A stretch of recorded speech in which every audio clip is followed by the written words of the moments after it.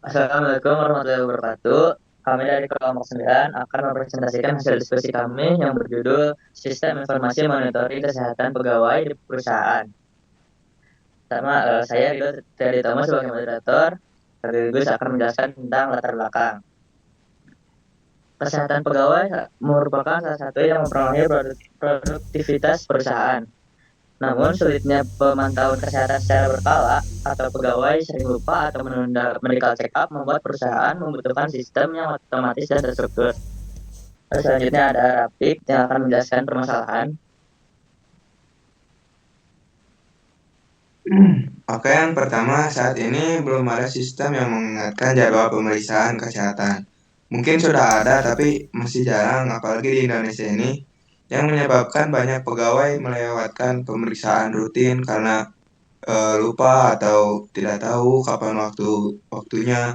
Padahal pemeriksaan berkala ini sangat penting untuk mencegah masalah kesehatan yang lebih serius. Yang kedua, pemantauan kondisi kesehatan pegawai juga masih sulit dilakukan secara berkala. Tanpa pemantauan yang jelas dan teratur, perusahaan jadi kesulitan untuk mengetahui jika ada potensi gangguan kesehatan yang bisa berdampak pada kinerja pegawai itu tersendiri. Yang ketiga, data kesehatan pegawai tidak terdokumentasi dengan baik. Banyak informasi penting yang beredar tersebar di berbagai tempat yang kadang sulit ditemukan ketika dibutuhkan. Ini pastinya sangat menyulitkan proses analisis dan pengambilan keputusan. Dan yang terakhir, HR tidak memiliki akses ke laporan kesehatan pegawai secara real time. Artinya HR seringkali menggunakan data yang sedang udah lama yang atau yang sudah usang atau tidak lengkap. Ini yang membuat mereka sulit mengambil tindakan preventif maupun strategis dalam hal kesehatan kerja. Selanjutnya ada Nurdiansyah yang akan menjelaskan tentang solusi. Untuk solusi yang kami tawarkan adalah sebuah aplikasi berbasis web dan mobile. Dengan aplikasi ini, pegawai akan mendapatkan pengingat otomatis untuk check up, data kesehatan dapat diinput dan dimonitor, dan HRD dapat melihat rekap pelaporan secara lengkap dan real time. Next. Baik, selanjutnya ada Yoyo akan menjelaskan tentang analisis. Oke, di sini saya akan menjelaskan analisis yang telah kita analisis. Yang pertama itu ada humanware. Untuk masalah dari humanware ini yaitu kurangnya kesadaran pegawai akan pentingnya itu pelaporan kondisi kesehatan tuh secara harian ataupun berkala.